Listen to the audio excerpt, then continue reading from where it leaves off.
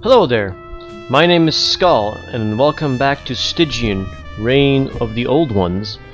We are back at the bar after we have taken a rest to recover from some of our wounds after the Bank of Arkham investigation, where we had found some unique, interesting items. We found a Dismal man's poem and a Cthulhu statue, which we're gonna probably ask Isidore on.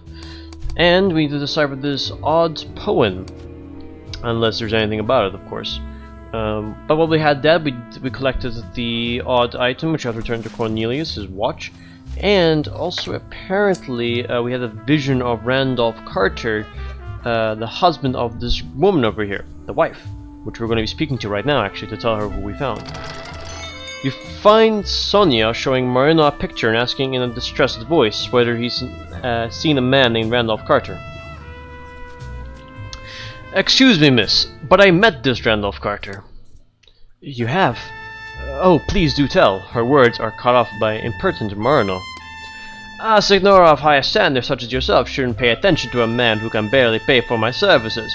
Mr. Know-it-all here probably wants to squeeze you, that's all. It's rude to interrupt a lady, Marino. Now, miss. Ignoring you, Marino interrupts yet again.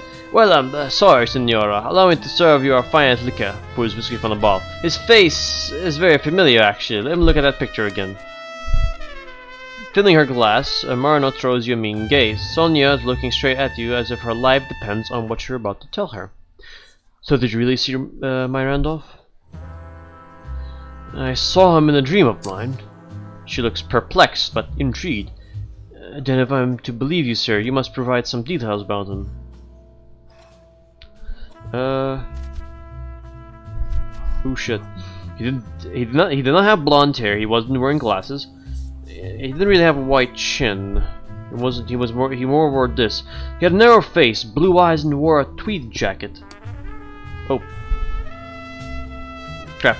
No, that's not my Randolph. Your description is false, so if you excuse me, she transposes her attention to Marino. Okay, we can do it again if you want to. Let's just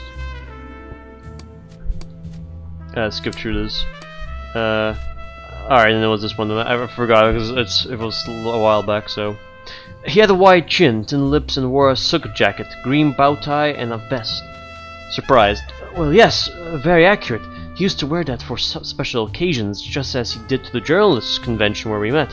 So strange. Were you acquainted with him before? No, madame, but though I felt a vague affinity towards him. Anxiously. So what was he doing, or where was he going? Did he tell you anything else apart from his name? He was about to enter an old abandoned house somewhere in Arkham. Shudders and her eyes become teary. Just like he wrote in his last letter. Oh, he's here. He must be alive then. How did he communicate with you? And why you instead of me, I wonder? It all remains a mystery to me, Miss Carter. Finally, a single tear of happiness glides down her cheek. I'm Sonia H. Greene Carter. Thank you for sharing this with me, Mr. My name is Roderick Terrence. Nice meeting you as well, Sonia. Can you help me find him then? There must have been a reason for Randolph to meet you. If I follow you, would you be kind enough to take me to that house? Of course, Sonia. I'll be glad if I can be of any assistance.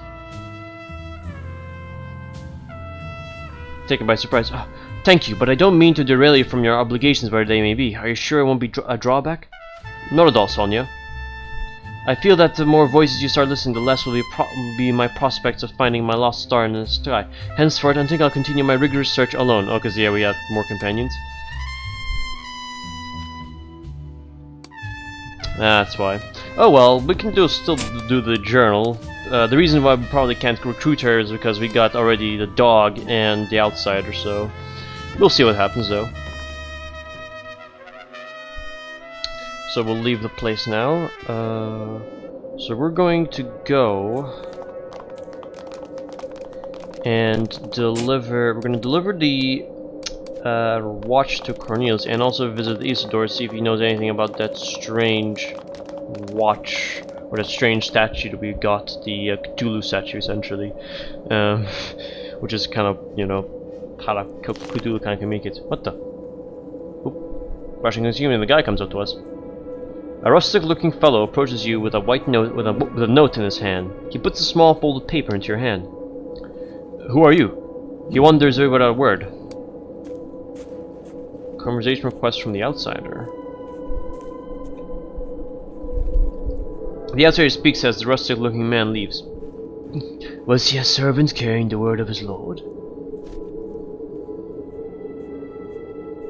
I guess we'll learn more about them soon. Where was the letter? A typed invitation from Stanley Fretkin, the oddball folklorist. I finally found the exit I mentioned to you. I can get us out. Meet me in my house at number 39 Main Street, Stanley Fretkin. Oh. What the? Oh. Something's going on. What are those dogs? The cult people and dogs with, what is that, like face masks? Are they going after Cornelius? Oh shit. Oh no.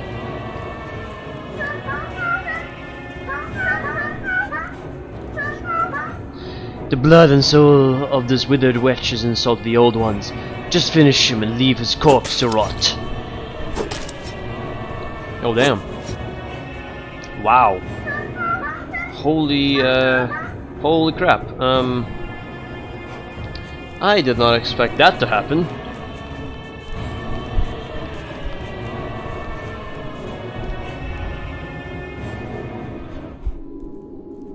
Well, great.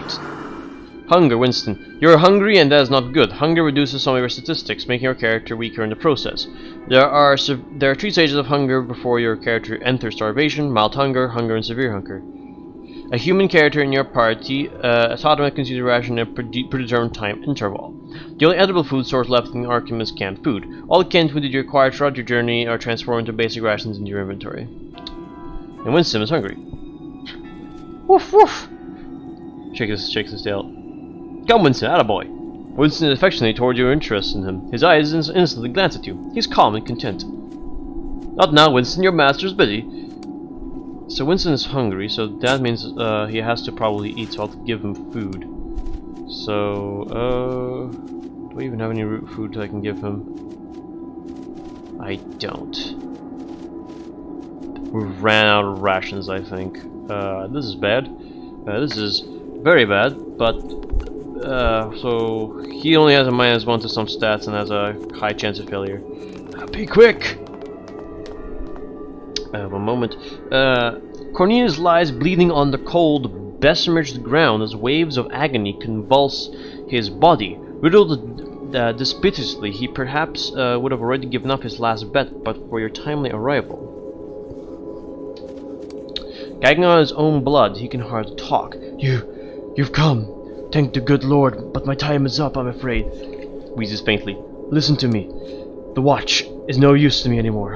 I've lived for it, and I'm about to die for my convictions. Come to think of it, I don't regret it. I was tired of living like a rat anyway. You can keep the watch, but promise me this. You're going to use it for something you believe in. Very well, Cornelius. I'll do what I can. That's good too. With his dying breath, he struggles to utter his last words, but his broken body has had enough. With a quiver that lasts but a moment, he finally dies. And I think we just witnessed as a horror. Holy crap. While wearing in his death throes, Cornelius exhorted me to keep his watching for a cause I believe in. Maybe I can do it to someone who truly needs it. Such a person should not be hard to come by in friendship. Maybe this guy?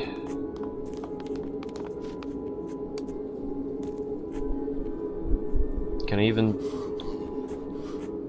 trying to choose, there we go.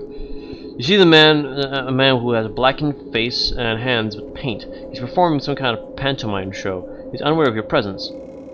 It's not hard to see that beneath his ridiculous posturing, something is deeply wrong. The man's weary visage shows he's been at this for a long while, and the exertion of staying in character is wearing him down. Hello? He reacts with a cosmic surprise. His startled eyes show nothing but the shallow character he's portraying. I better go. Be careful, you'll bait me too.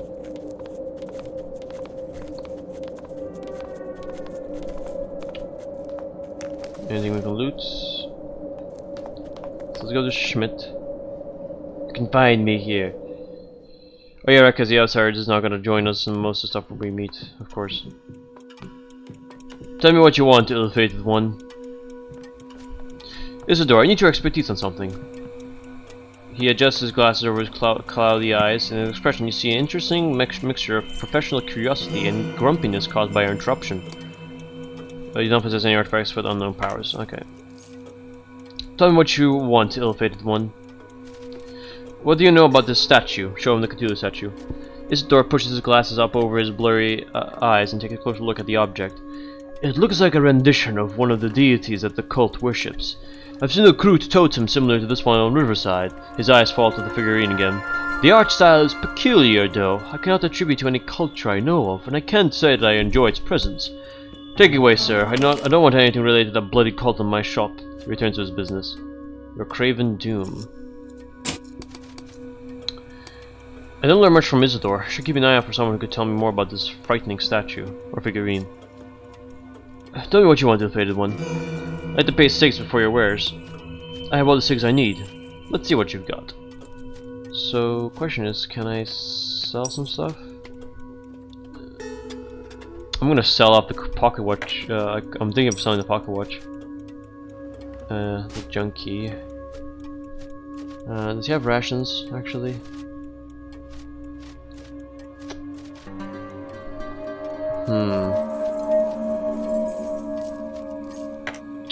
There's a couple of stuff we can have here, but I think I'll just take some cigs. Oh, this guy has a shit ton of cigs, though. Or trade that out, so I can get some cigs there. I'm gonna have to get some food for my dog, so... Alrighty, so... We need to go to Main Street number 39, so let's see what we got. So we can either go to Stanley's house on Main Street, donate the pocket watch to someone, that's it, and decipher the meaning of the poem, which... We'll go meet with the guy, but first of all I'm gonna go and grab some food for Doggo, so they'll have to go all the way out near the hotel. Stabber! Arkham Stabber strikes again! See, I told you. Hey, you know who died? Wait, what's going on? Another fall to the Stabber. God have mercy on us. Stabber? I hate to see this. You are going anywhere. What the hell's going on? Stabber? Curious. Is that... Oh, jeez. Is that Julian? Upon immediate scrutiny, you deduce that his wounds, which extend from collar to groin, were inflicted by a broad blade with a singular, almost preternaturally keen edge. Every single thrust perforated right through muscle, sinew, and bone. What the hell happened here? The Arkham resident is looking at the mutilated corpse as if hypnotized by the slowly burgeoning pool of blood that treads its way through the cobblestones of the doomed town. While looking at the corpse, poor kid. The man suddenly starts shouting, "The Stabber! The Stabber is killed again!" Stabber? The Arkham Stabber! Where have you been living, sir? I think this is the 3rd victim, all butchered, stabbed until they end up like poor Julian here. Julian? You know this man? Shakes his head. Not a bad fellow. He used to stay at the Essex Hotel. He didn't deserve such a fate. Nobody deserves. Looks at the hardly recognizable corpse on the ground. Horror. Death. Who deserves what they reap here? The man turns and looks at you. Although he remains silent, you sense his wordless acknowledgement. What do you know about this Arkham Stabber? Nobody has any idea who he is. Even the mob can't catch him. Some say he's a demon. Others speculate he's a loony of the worst kind. How do you know the Stabber is a he? I don't. He could be a she. Would only be fair after what those brutes did to all the... He becomes aware of the mob first standing nearby. Never mind, I'd better go. And goodbye. As you're about to leave the site of the gruesome murder, you notice something odd about the hobo standing nearby. The man begins to shake as if in throes of seizure, and his pupils transform from black to murky white. Abruptly, he kneels as if possessed by an unknown force, dips his hand in the blood pool on the pavement, and begins to draw a star-like symbol on the ground with the dead man's freshly spilled bloody field. Holy crap. As you are watching the scene in a bewilderment, the milky eyes turn directly at you, and the broken man speaks in an ominous tone completely alien to his appearance.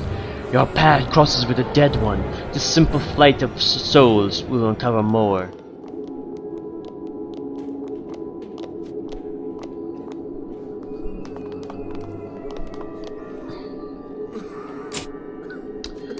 Cries of the marked. I was approached by a fellow in dire need called wait, that's the wrong one. Stabber in a dark alley. I stumbled over the victim of a violent murder on Main Street. They say it's the work of Arkham Stabber. At the scene, a hobo suddenly turned to me as if in trance and said, "Your path crosses with the dead one. The simple flight of a soul will uncover more." What could it mean? Does it clearly have some connection with my search? If so, learning the victim's identity would be a good place to start. Two of the mob's cannon fodder are speaking below their breaths. They seem unaware of your presence. Corley, it seems the stab is another fellow to the big sleep. Should I bring the word to the face? Get paid to be this dumb, Marlon? He points at the corpse with his chin. Does he seem like a man of the face to you? No, Corley. And think about it. Is it really necessary to take this out to the face ourselves? Don't you remember how mad the boss got when the gumshoe Wilkins failed to find that psycho stabber? Wilkins? You watched the burly man struggle to compute the information. You mean that fatso detective whose arm we cut off? The one staying at the eel? See, you can be smart when you need to. Then you must have been there when the boss got hotter in the color after that idiot Wilkins told him he couldn't find out who the stabber is. That was a lot of words at one time, Corley. Let me think. The boss got that medley, huh? So, do I take the words to him or not? The man sighed deeply. Marlon, I sometimes really wish I was a fucking wall, you know? Pointing at a nearby wall. Like that one over there. A simple unpainted, indifferent brick wall. A wall? Where is that, Corley? So I could simply be without needing to comprehend your bullshit, Marlon. The mob gun takes a deep breath. Look, I plan to not be around when the boss learns the stabber psycho is still on a rampage. Better do the same. He looks at the corpse on the floor one last time. He's not one of us anyway, so who gives a crap? Let's beat it, Marlon. Turn to leave the tomb up and spot you standing by. What the fuck are you looking at, sheep? I heard the Arkham stabber struck again and can't see for myself. Well, it's not the Arkham Ball or some damned fairground attraction. You better mind your own business before Marlon makes you the attraction. He may be my own personal tormentor, but when it comes to whacking the likes of you, he's a straight-up virtuoso, if you catch my drift. I was just leaving. So you had to talk to Detective William and look to the old house. So, a lot of stuff. So, not only we got an invitation, we also have a. Not only do we have an invitation, we need to fulfill the invitation to Stanley. We have to fulfill the language of Cornelius, and now we need to find out what's going on here. Okay. I mean, they could be related to the case. The poem was weird, and I cannot decipher it at all. So it could be something like that. Anyway, I'm here to get some rations. Say, are you here to buy something or just wasting my time? How about a discount, Mr. Clemens? How about a smack in the face for my friend Charlie here?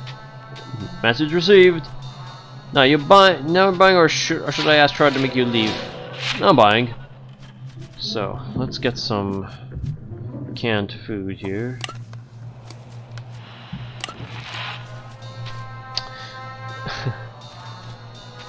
I'm gonna see here.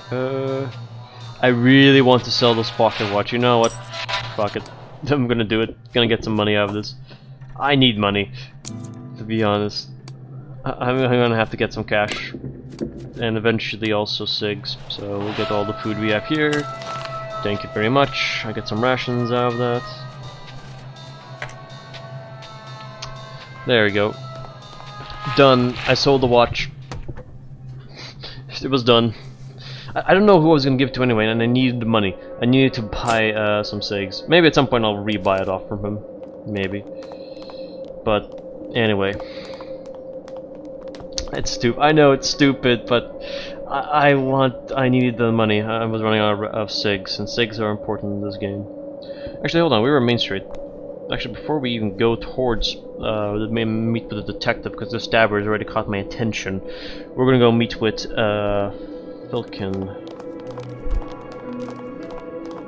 in number 39. Actually, I'm gonna drink some whiskey. Ugh, sanity regain. The door seems to be sturdily locked for a typical building of Arkham with such decrepitness. Knock on the door. You're approaching footsteps and a blunt, uneducated voice is heard from behind the door. Who's this? I'm Roderick Terrence. And you? Get lost. Okay. Knock on the door again. Mr. Fredkin is expecting me. You hear the clicking of the lock and the door creaks to let you in. Ooh, we are let into the building. Glad to see you. This way. Master Stanley's waiting for you in his room, resting.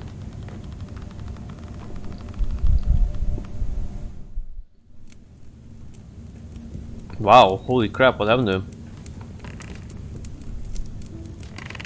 Look at Stanley has recorded anecdotes of his travels through Kingsport, Dunwich, and Innsmouth on this map, tracing the route he followed prior to his arrival in Arkham.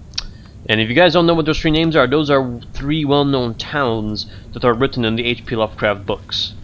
The most probably well-known is Innsmouth for these odd, curious events. The table is covered in disorganized heaps of cables, machine gear, electronic receivers, and a microphone in an odd glass case. Stanley is the type who immerses himself in the minutiae of local folklore at any chance he can get. The book on the desk is a compilation of rumors about the Pocumtuck Indians of Dunwich and their supposed ceremonial practices. Judging by their contents, this shelf contains the personal notations of Stanley Fredkin, one of which contains his reflection on the phenomena associated with the simple sentry folk. This wooden tribal totem depicts a winged, six-legged mythological being from Himalayan folklore. You see Stanley sitting in the dark, looking pale and devoid of his former energy, as annoying as it was. He begins to whisper in a discomforting tone. A discomforting tone? I think so. Though you can't place just what it is that's bothering you about his voice. Welcome, sir. Thanks for coming on such short notice. Forgive my threadbare appearance. My studies have left me completely exhausted. Honestly, I ought to rest and recover. But I am so close to finding a way out. So close to this worth testing the limits of this shell of flesh and bone. It seems you've solved the situation with the rustic-looking man. Oh, yes, it was a minor nuisance. He serves me well with his rather limited ability, of course. So now you know how to leave this place? Precisely. This past time I leave this filthy nest of apes behind me forever, but as you can see, my ill health won't allow me to complete my work. I also have serious doubts that my current assistant is resourceful enough to aid me in the last stage of the process. And this is where I come in. See what I mean? I need quick reasoning and a practical mind like yours to finish the job. Help me complete my work and you will accompany me, the only other person privileged to do so, far away from this whirlpool of primal vibrations. How are you planning to get us out of here? I won't bore you with the highly technical specifics, just know that my connections allow me to discover ways beyond the borders of man's limited science, if you knew what they've taught me about our universe. Who are these connections? You'll meet them when we're ready to leave, don't worry. Tell me what I need to know, what I need to do. Right to the point, I like that. A few essential parts are needed to complete my research. A long-wave radio transmitter, an electrical conductor, and some formaldehyde. These items are the last things standing between us and infinity. Where can I find them? Unfortunately, you had to do this by your own. Excuse me. My friend Richter at the drugstore would be a good place to start. Debauched he may be, but he seems to have the skills to aid us in this final phase. Alright. Oh, actually, don't die before we finish the job, Stanley. You worry about the task at hand. My illness just dictates that I rest now. We'll talk more later, my friend. The Whisper in Darkness. And now we've gotten a continuation of the quest. So now we have to... XP gain 20 story progression. Oh. Finding formaldehyde. So essentially now have to find a couple of items to essentially get us out of Arkham. Intriguing. Finding the conductor. Finding the transmitter. Well, we're gonna go here now. I'm gonna try and find that detective guy. Or actually beat up the detective guy, then we'll go to the doctor. And there is a statue. This towering depiction of one of the elder gods perches the naked base of a shattered statue. Okay.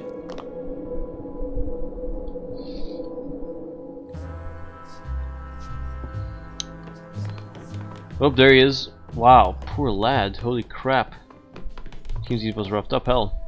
A bulky man with a missing arm is occupying one of the grimy tables of the old eel. It appears he is struggling to drink his troubles away, but the pain written on his face tells a different story. He ceases agonizing for a short while to glance over at you. I have no plans to share the table, pal. Find yourself another spot to collapse, alright? Are you Detective Wilkins? Well done, you found me. You must be a detective too. He exhales deeply with a pained look on his face. What do you want from me?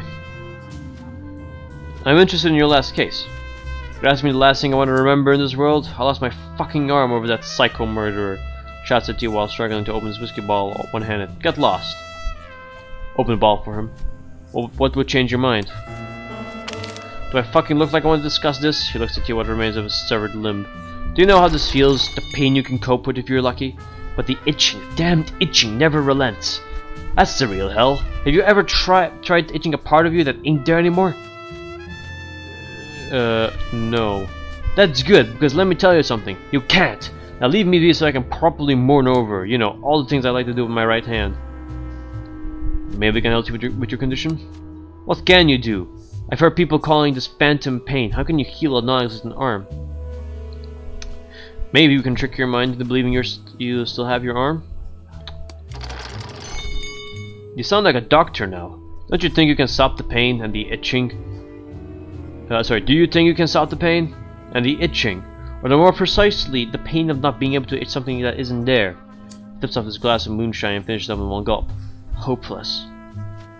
If I can create a reflection of your intact arm to deceive your senses and may ease your suffering. I don't know what you're planning to do, but I'm really looking forward to it. Hey, we lied in the subterfuge, you know.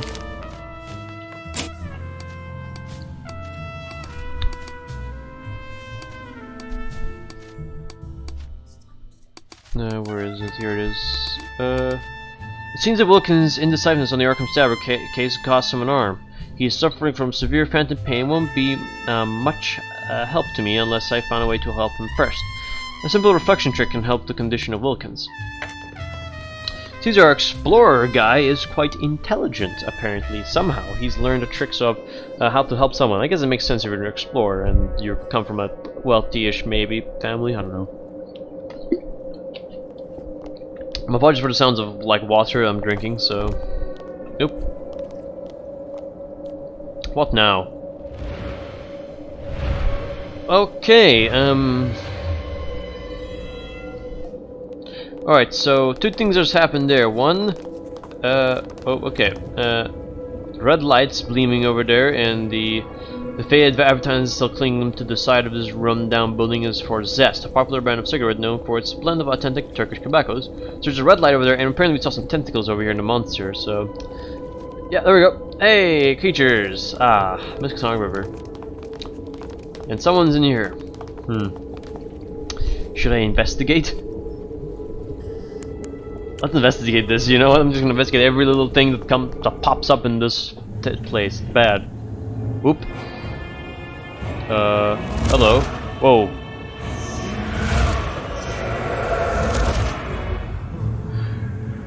Seven-Horror Witness. Oh no, we're losing sanity.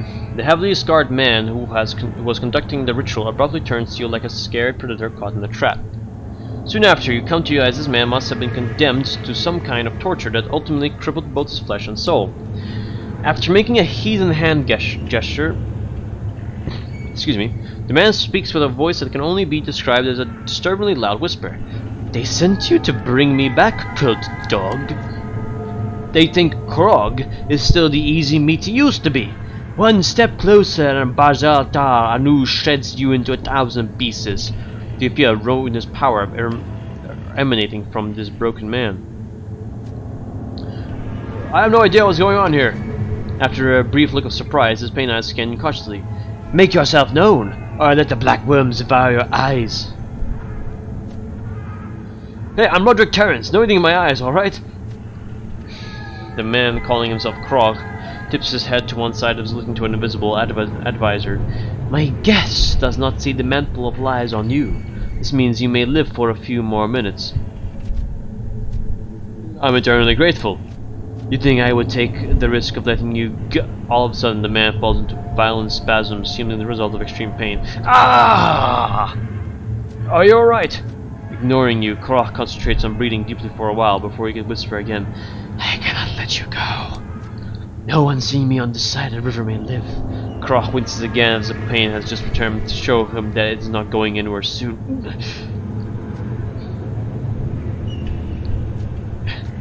Look, you're in serious pain. I can bring you all kinds of sedatives.